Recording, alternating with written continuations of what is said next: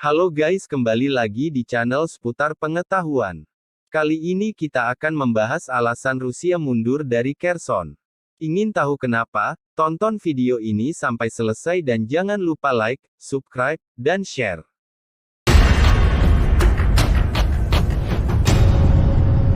Pada Rabu 9 November 2022, Jenderal Sergei Surovikin, komandan tertinggi Rusia di Ukraina, telah memerintahkan pasukannya yang berada di Kherson Barat untuk mundur.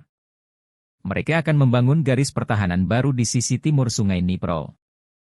Berita bahwa Rusia akan mundur dari Kherson tidak datang tiba-tiba.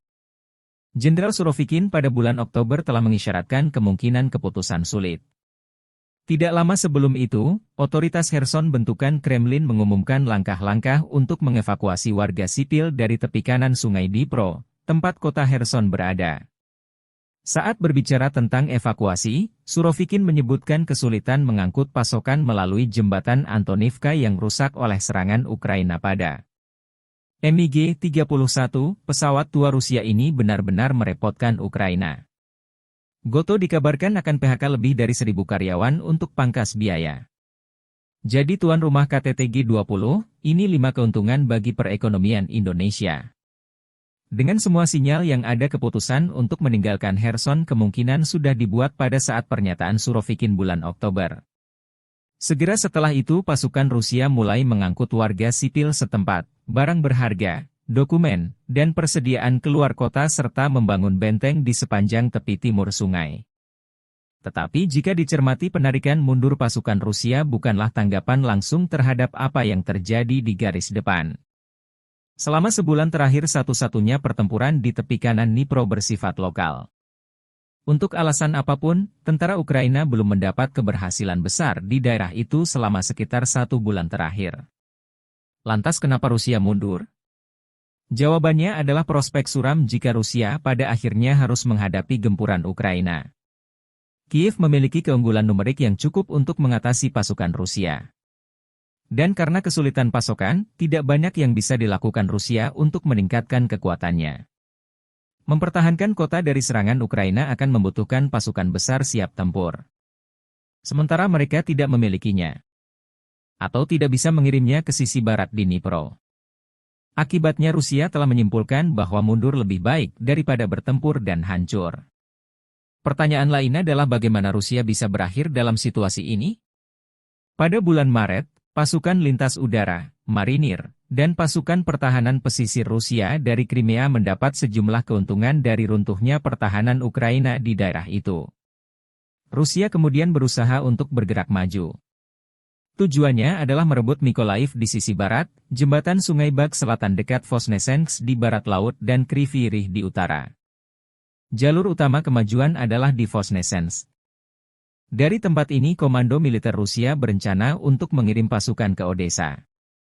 Pasukan dipasok melalui beberapa jembatan Antonivka di Kherson, jalur kereta api terdekat, dan jembatan yang melintasi bendungan di pembangkit listrik tenaga air Novakhovka.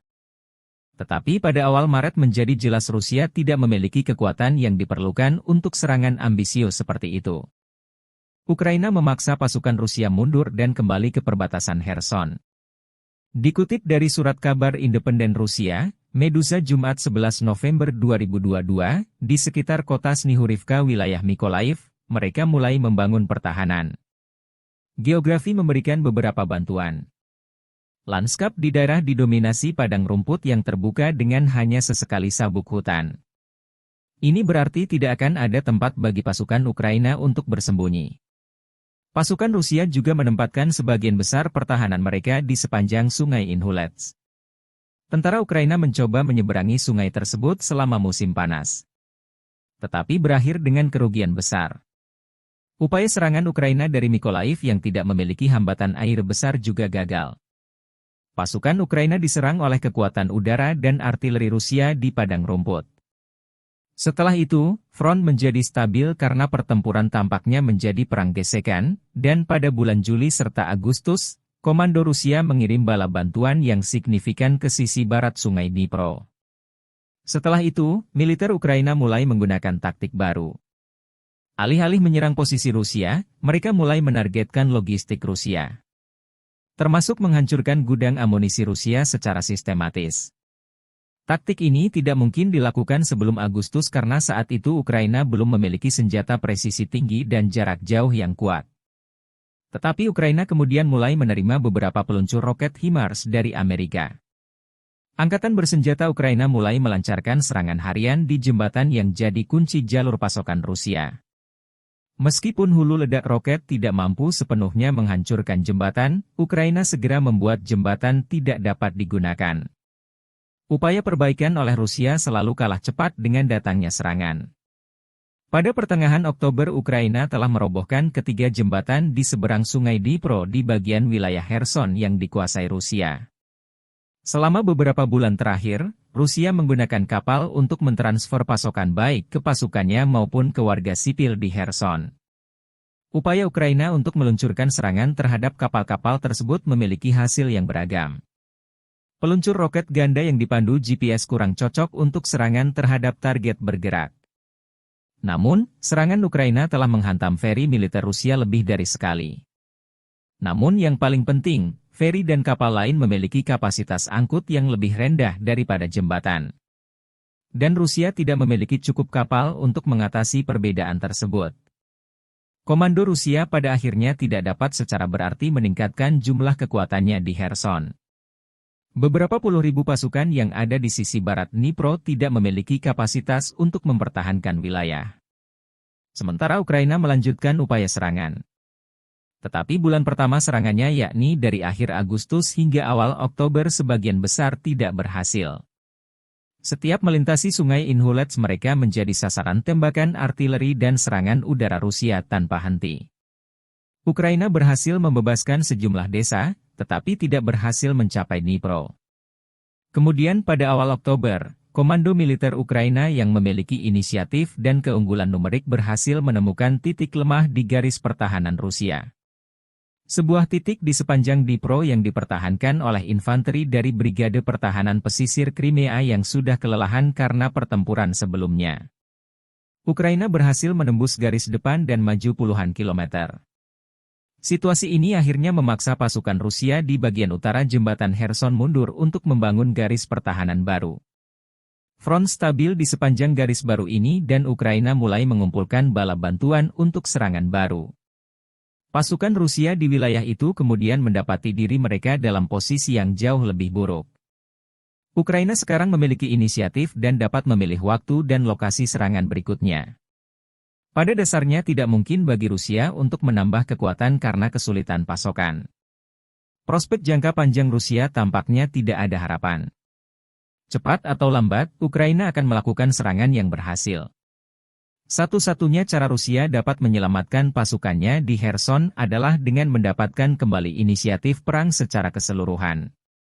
Tetapi untuk sekarang angkatan bersenjata Rusia jelas tidak mampu melakukan serangan besar dengan sukses. Lalu apakah kemunduran ini menjadi kekalahan terbesar Rusia dalam perang sejauh ini?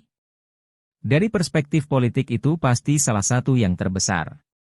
Jika benar-benar mundur maka pasukan Rusia akan melarikan diri dari Kherson. Ibu kota regional yang dari sudut pandang Kremlin telah menjadi wilayah Rusia selama sebulan. Namun Ukraina hanya akan menguasai 23% wilayah Kherson yang sebagian besar berada di tepi kiri sungai Dnipro. Rusia masih akan menguasai wilayah di mana basis pasokan utamanya berada. Dari perspektif militer segalanya lebih rumit. Ini karena pasukan Rusia akan dipindahkan ke posisi yang lebih menguntungkan dan sekarang akan lebih mudah dipasok. Namun jelas ada beberapa dampak. Salah satunya tujuan Kremlin untuk merebut Odessa akan semakin sulit dilakukan dengan mundurnya melintasi sungai Dnipro. Rusia akan membebaskan beberapa pasukannya yang siap tempur. Tetapi Ukraina bisa membebaskan lebih banyak pasukannya. Mungkin sampai di sini dulu ya guys. Terus dukung channel ini, jangan lupa like, subscribe, komen. Saya pamit undur diri dan sampai jumpa.